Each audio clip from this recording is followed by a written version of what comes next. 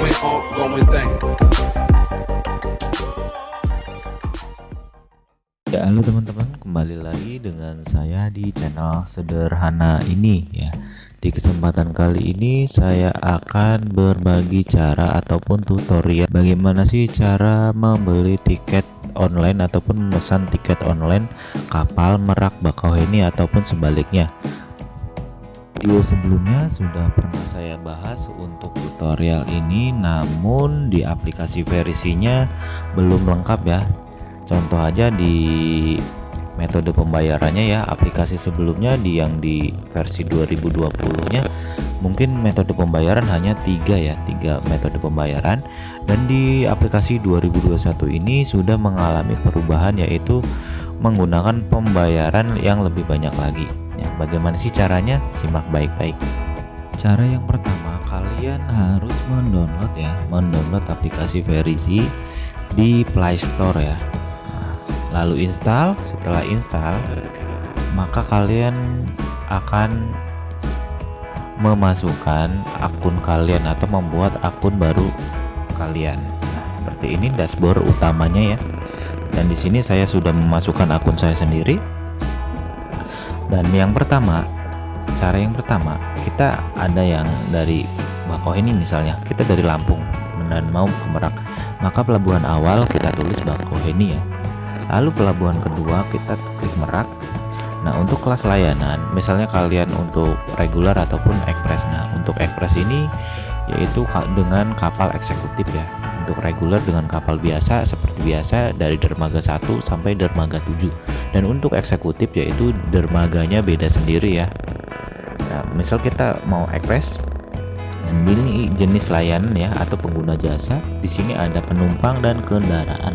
Dan untuk kendaraan kita bisa klik dan memasukkan nomor plat kendaraan, dan untuk penumpang kita bisa klik, dan untuk data-datanya yaitu data dari KTP ya, seperti NIK dan kota asal. Misalnya kita penumpang dan di sini ada tulisan untuk tanggal masuk pelabuhan, dan tanggal masuk pelabuhan kita klik aja untuk tanggal hari ini ya. Ini hanya sebagai contoh ya. Tanggal hari ini, langsung jam masuk pelabuhan. Nah, jam masuk pelabuhan ini kita bisa pilih jam ya kira-kira lah. Misalnya kita dari Jakarta ke Merak 5 jam, berarti dari 5 jam dari sekarang lebihnya itu jam masuk kita ya. Nah, kita pilih yang 22.45. Dan untuk kolom terakhir ini yaitu jumlah penumpang yang bisa kita tulis di sini, dewasa, anak, dan bayi. Dan di sini saya akan coba untuk bayi juga saya masukin ya. Karena apa? Karena bayi sudah membayar asuransi ya di sini untuk di ASDP-nya. Maka kita klik, setelah itu kita klik 4.000 saja ya untuk bayinya, dan untuk dewasa 65.000 yaitu untuk jasa penumpang ekspres. Ya, kembali klik, lalu kita tambahkan data pemesan sebagai penumpang dan klik bayi untuk memasukkan data bayi ya. Untuk identitasnya yaitu lainnya, maka bisa kita masukkan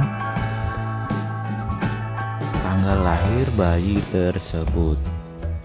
Nah, setelah itu kita misalnya bayinya laki-laki, kita tulis Tuan, terus kita tulis nama, ini hanya sebagai contoh. Dan untuk umur, kalau misalnya 1 sampai 12 bulan, umur kita tulis 0 saja ya. Untuk kabupaten kota kita bisa tulis kota asal ya, misal Jakarta, lalu simpan. Setelah simpan, lalu kita klik pesan, klik lagi.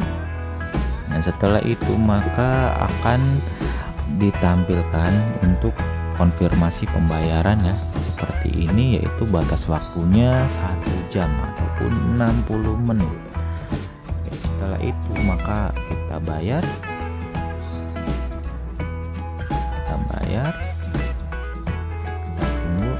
Nah, di sini yang membedakan dari aplikasi versi yang lama dan versi baru yaitu di metode pembayarannya.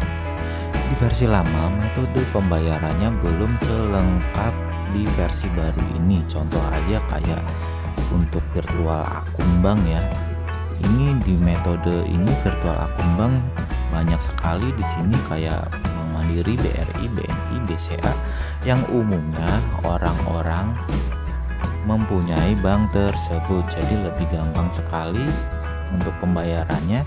Bila tidak mempunyai bank ataupun internet banking, kita bisa klik untuk e-money-nya.